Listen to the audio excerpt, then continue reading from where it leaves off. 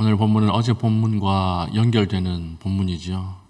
이제 애굽으로 내려가서 이제 도망을 가서 살자라고 결정을 한 요하난과 백성들 가운데 또 거기서 꼭 기도해 달라 그래요. 어제 살폈듯이 마지막에 이게 진짜 하나님의 뜻인가? 자기가 다 결정해 놓고 하나님의 뜻을 마무리로 이렇게 확인하는 그런 과정을 겪는데, 예레미야가 그래, 기도해 줄게, 기도해 주고 하나님의 뜻도 알려줄게, 이렇게 하면서 하나님의 뜻을 알려줍니다. 그런데 그 뜻이 무엇입니까? 오늘 본문이죠. 내려가면 죽는다는 거예요. 애굽으로 가면 죽는다. 거기에는 칼과 기근과 전쟁이 있을 것이고 전염병도 있을 것이다. 거기 가서 죽을 것이다. 너희들이 처음에 기도할 때 나에게 뭐라고 했느냐? 무슨 말이든지 순종하겠다고 하지 않았느냐? 그 말을 꼭 지키라. 죽고 사는 문제다. 이렇게 이야기하는 본문이 오늘 우리가 읽었던 본문이에요. 그러면 이스라엘 남은 유다 백성들은 왜 이렇게 다른 나라로 가려고 했을까요? 이상하지 않습니까? 그냥 이 정도로 하나님 말씀하셨다면 남아서 바벨론 속국으로 살아도 될 텐데 왜 이렇게 다른 곳으로 이렇게 목숨을 걸고 에돔으로 가든지 애굽으로 가든지 이렇게 가려고 했을까요? 몇 가지 이유가 있습니다. 첫 번째는 바벨론 왕이 다시 와서 말살할까 봐. 바벨론에게 너무 끔찍한 일을 당했거든요. 시드기야 마지막 왕이 끌려갈 때 그때 바벨론이 일벌 100개로 쳤어요. 우리한테 끝까지 버티면 이렇게 된다 하고 끌고 간 사람이 시드기야예요. 시드기야 왕이 보는 앞에서 아이들을 다 죽입니다. 다 죽인 다음에 죽는 거 봤지? 이러고 눈을 뽑은 거예요. 눈을 뽑고 끌고 가버린 거예요. 그러니까 이걸 보면 야, 바벨론도 굉장히 잔인한 국가구나. 근데 지금 내전 상태에 바벨론이 세운 총독까지 죽였으니까 바벨론이 이제는 다시 쳐들어오면 우리는 몰살당한다고 생각을 하는 거예요. 그래서 어떤 나라라도 가자. 애굽으로 가는 것이 훨씬 더 합리적인 선택이었던 것처럼 보였던 것입니다. 우리도 그렇지 않겠습니까? 애굽이나 다른 나라로 피신해서 있는 것이 훨씬 합리적이죠. 그래서 아마 이건 하나님도 대안으로 받아주실 거야 이러고 은근히 기도 요청을 하면서 하나님의 뜻을 확인했던 것 같아요. 첫 번째가 이제 바벨론이 몰살을 할 수 있다는 것이고, 두 번째는 전화를 입고 황무지가 된 땅에 다시 사는 것이 힘든 거죠. 얼마나 힘들었겠어요. 아이들 교육도 시켜야 되고 먹는 것도 먹어야 되는데 뭐 마트도 없고 병원도 없고 뭐 아무것도 없잖아요. 그러니까 여기서 다시 사는 것이 힘들었을 겁니다. 그리고 나라 건설도 불가능해 보였을 것입니다. 다 무너진 것을 다시 세워야 되는데 지금 포로로 끌려가고 남은 사람들 자기들밖에 없거든요. 그 남은 자들이라고 하잖아요. 유다의 남은 자들아. 자기들로 가지고는 다시 나라를 건설하는 것이 불가능해 보였다. 이럴 바에는 안전한 애굽으로 가서 살자. 이렇게 생각을 했을 것입니다. 그리고 지금 아주 혼란한 이 시기에 사방의 적국들이 가만히 있을까요? 오늘날은 유엔이라고 하는 국제 이렇게 기구가 있어서 국가 간 조율하는 기구가 있지만 고대 사회는 이런 거 없었습니다. 그러니까 다른 나라들이 침략하려고 지금이 때다. 저 이스라엘 땅, 유다 땅을 먹을 수 있는 절호의 적기다. 이렇게 생각을 하고 쳐들어올 침략할 계획을 아주 틈틈이 세웠을 것입니다. 이걸 알고 있는 거예요. 언제 다른 나라가 쳐들어올지 모르는데 우리가 여기 있을 수 있습니까? 그리고 다섯 번째는 환난이 끊이지 않는 유다 땅에 사는 것이 지긋지긋했을 수도 있습니다. 야, 이제 여기서 살고 싶지 않다. 전쟁이 계속해서 일어나고 언제 죽을지 모르는 이 풍전등화와 같은 이 나라에서 살고 싶지가 않다. 여섯 번째는 정치적으로 아무도 믿을 수가 없죠. 지금은 누가 우리의 지도자인지 몰랐어요. 이스마엘이 지도자인 줄 알았는데 아니었죠. 암살하고 암몬으로 끌고 가려고 했잖아요. 아, 이 사람 아니었구나. 요하난도 이 사람이 우리를 사랑하는 건지 정치적으로 이 사람이 자기 행동을 하는 건지 배후에 누가 있는지 아무도 모르는 것입니다. 그러니까 민족 안에서도 서로 믿을 수 없고 갈기갈기 찢겨져서 이렇게 한 나라를 만들 수가 없는 거예요. 그러니까 차라리 마음과 몸이라도 편한 애굽으로 가자, 이렇게 결정을 했을 수도 있겠죠. 충분히 이해가 되는 거예요. 그러나 기도 요청에 대한 하나님의 응답은 너무나 완고하시죠. 어떻게 말합니까? 내려가면 죽는다는 거예요. 돌이킬 수 없는 실수하지 마라, 이렇게 이야기하시는 것입니다. 내려가면 죽는다. 19절 보십시오. 유다의 남은 자들아, 여호와께서 너희를 두고 하신 말씀에 너희는 애굽으로 가지 말라 하셨고 나도 오늘 너희에게 경고한 것을 너희는 분명히 알라 했죠. 15절부터 19절까지가 다 이 내용이에요. 내려가면 죽는다. 너희들 애굽이라고 하는 나라가 평화와 풍요의 땅인 줄 알잖아? 아니야. 거기는 하나님이 지금 전쟁과 기근과 전염병으로 망하게 하려고 준비하고 있는 나라야.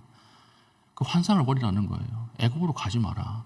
애굽으로 가면 예루살렘에서 당한 일을 똑같이 겪는다. 전쟁으로 죽고 기근으로 죽고 전염병으로 죽는다.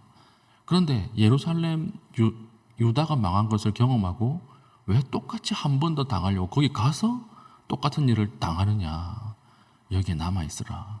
애굽에 대한 환상을 버리라. 이렇게 이야기를 하고 있는 것입니다. 옛날에 제가 어떤 드라마를 보다가 드라마에서 어떤 억울한 일을 당한 사람이 자기가 억울하게 피해를 준 사람을 저주하는 어떤 대사가 있었는데 그 대사가 너무 웃겼어요. 그게 아직도 기억에 남는데 그게 뭐냐면 벼락을 쫓아가서 앞통수에 맞아 죽을 놈아, 이렇게 얘기했거든요.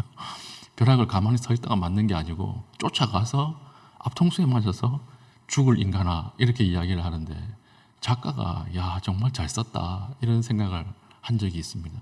지금 이 이야기예요. 이 이야기. 가만히 있으면 하나님의 징계를 한 번 받고 끝나는데 여기서 맞고 또 애굽으로 쫓아가서 이걸 또 맞는 거예요.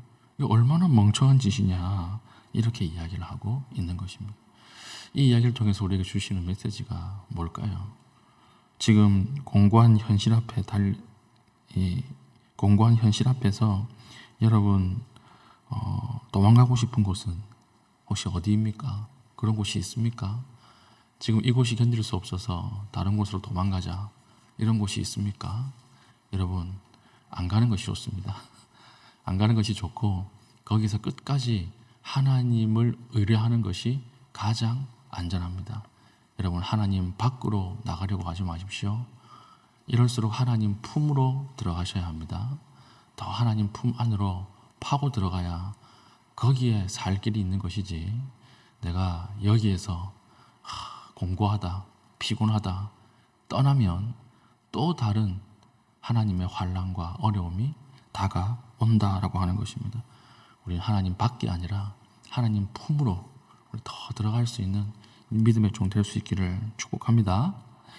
그리고 이제 20절부터 쭉 나오는 것이 예레미야가 다시 한번 환기시키는 거예요. 야, 너희들 하나님 무슨 말을 해도 지키겠다면서, 무슨 말을 해도 순종하겠다고 했잖아. 그런데 왜 계속 애굽에 대해서 미련을 품는 것이냐? 그 애굽에 대한 미련을 버리라라고 하는 거죠. 예레미야는 이제 이때 알았던 것 같아요. 그리고 하나님은 속지 않습니다. 무슨 말을 해도 지키겠습니다, 이 말은 그냥 겉에 발린 아주 신앙적인 말처럼 보였던 것이 그냥 말뿐이었던 거예요. 이것은 또 다른 고집이었죠. 말로는 하나님 앞에 무슨 말이든 순종하겠습니다 해놓고 자기 마음들 속에는, 각자의 마음들 속에는 하나님이 내가 지지하는 것을 같이 지지해 주기를 원하는 그런 신앙 상태였다라고 하는 것입니다. 여러분, 무심코 하는, 습관적으로 하는 신앙적인 말들을 점검해 보십시오. 여러분, 하나님 거기에 속지 않습니다. 사람들이 말은 정말 은혜롭게 하지 않습니까? 근데 하나님 말을 보는 게 아니에요. 하나님 삶을 보세요. 하나님 그 말에 대한 책임을 반드시 기억하고 계십니다. 오늘날 인터넷이나 다른 곳 보면 말잔치 같이 보여요. 말잔치. 말은 얼마나 사람들이 잘하는지.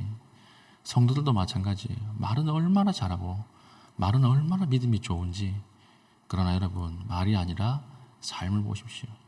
여러분 그 아무것도 아닌 것처럼 하는 습관적으로 형성된 믿음의 언어처럼 보이는 그 언어들이 여러분 관계를 깹니다. 하나님과의 관계를 깨고 사람들과의 관계를 깹니다. 여러분 말이 아니라 진실한 행동으로, 진실한 삶으로, 완벽한 순종으로 나갈 수 있는 믿음의 종 될 수 있기를 축복합니다. 그리고 나머지 21절, 22절은 순종과 불순종이 삶과 죽음을 결정한다라고 하는 것입니다. 실제로 그래요. 순종하는 대로 하나님이 나를 사랑하시고, 불순종해도 불순종하는 대로 하나님 나를 사랑하시겠지. 아닙니다. 오늘 나의 순종과 불순종은 내 삶과 죽음을 결정하는 일이 될 수 있습니다. 오늘 애굽으로 내려가면 전염병과 칼과 기근에 다 죽는다 말씀하셨는데, 이 일은 아직 일어나지 않은 일이에요. 하나님이 계획하고 있는 일이에요. 그래서 하나님 앞에 순종해서 바벨론에 머물러 있으면 일어나지 않을 일입니다. 그런데 불순종하면 그대로 당해야 하는 일입니다. 돌이켜 순종하면 하나님이 징계를 계획하더라도 돌이키시는 분이에요. 우리가 하나님 앞에 돌이키면 하나님이 때리다가도 팔의 힘이 약해지는 분이에요. 하나님의 뜻은 한번 정해지면 무슨 일이 있어도 결정론적으로 다 진행이 되는가? 그렇지 않아요. 이것 때문에 선지자들이 환장하잖아요. 하나님 이렇게 치겠다고 말씀해놓고 안 치니까 요나 같은 사람들은 미치는 거 아닙니까? 하나님이 결정했어도, 하나님이 징계하기로 결정했어도 그 징계하는 소를 바라보고 돌이키는 순간 약해집니다. 아니면 사라집니다. 그래서 오늘 우리의 순종이 중요한 것입니다. 그런데 끝까지 남은 유다 백성들은 그걸 못했죠. 애굽에 대한 환상이 있었어요. 이상한 환상이 있었어요. 저기 내려가야 산다. 사람이 뭐에 씌이면 주변에 아무것도 안 보인다는 말이 맞는 것 같아요. 저기 내려가야 산다. 이게 합리적 대안이다. 우리를 막지 말라. 이러고 나오니까 이걸 미리 내다본 예레미야가 마지막에 예언은 아주 비관적인 예언으로 끝나는 것입니다. 너희는 칼과 기근과 전염병으로 다 죽을 것이다. 이렇게 비관적인 결론으로 오늘 22절을 끝내게 되는 것입니다. 오늘 이 말씀을 통해서 지금 오늘 이 순간에 마음을 돌이켜야 하는 하나님의 말씀은 무엇입니까? 우리가 기도할 때 하나님께서 이건 돌이키라고 말씀하시는 것이 있습니다. 우리 돌이킬 때 하나님 나에게 돌이킬 수 없는 참 많은 이유들이 있는데요. 이렇게 이야기할 수 있거든요. 그래서 조금 더 이따가 하겠습니다. 하나님 조금 더 은혜가 차면 하겠습니다. 이 문제가 해결되면 하겠습니다. 이런 상황들이 있습니까? 바로 돌이키십시오. 그걸 하나님 축복하세요. 오늘 우리가 바로 돌이켜야 할 문제는 무엇입니까? 이것이 내 마음속의 죄일 수도 있고 우리 가정의 문제일 수도 있고 아니면 우리 국가 인류적인 문제일 수도 있어요. 이것을 우리가 하나님 앞에 돌이킬 때 다음 달에 하겠습니다. 내일 하겠습니다. 그게 아니고 지금 이 순간 기도하고 담대하게 끊어버리겠습니다. 이 결정을 하나님 축복하시고 그렇게 행동할 때 하나님 새로운 길을 열어 주실 것입니다. 하나님 앞에 담대하게 결정하고 정확하게 선택하고 행동할 수 있는 믿음의 종 될 수 있기를 예수님의 이름으로 축복합니다. 아멘. 우리 오늘 말씀을 가지고 기도하겠습니다. 하나님, 순종의 다짐이나 고백으로 순종의 삶을 대신하지 않도록 도와주시고 하나님 오늘 말씀하실 때에 즉각적으로 순종하고 바로 순종할 수 있는 힘을 허락하여 주시옵소서. 기도하신 이후에 개인적인 기도의 제목을 가지고 기도하시고 자유롭게 돌아가시겠습니다.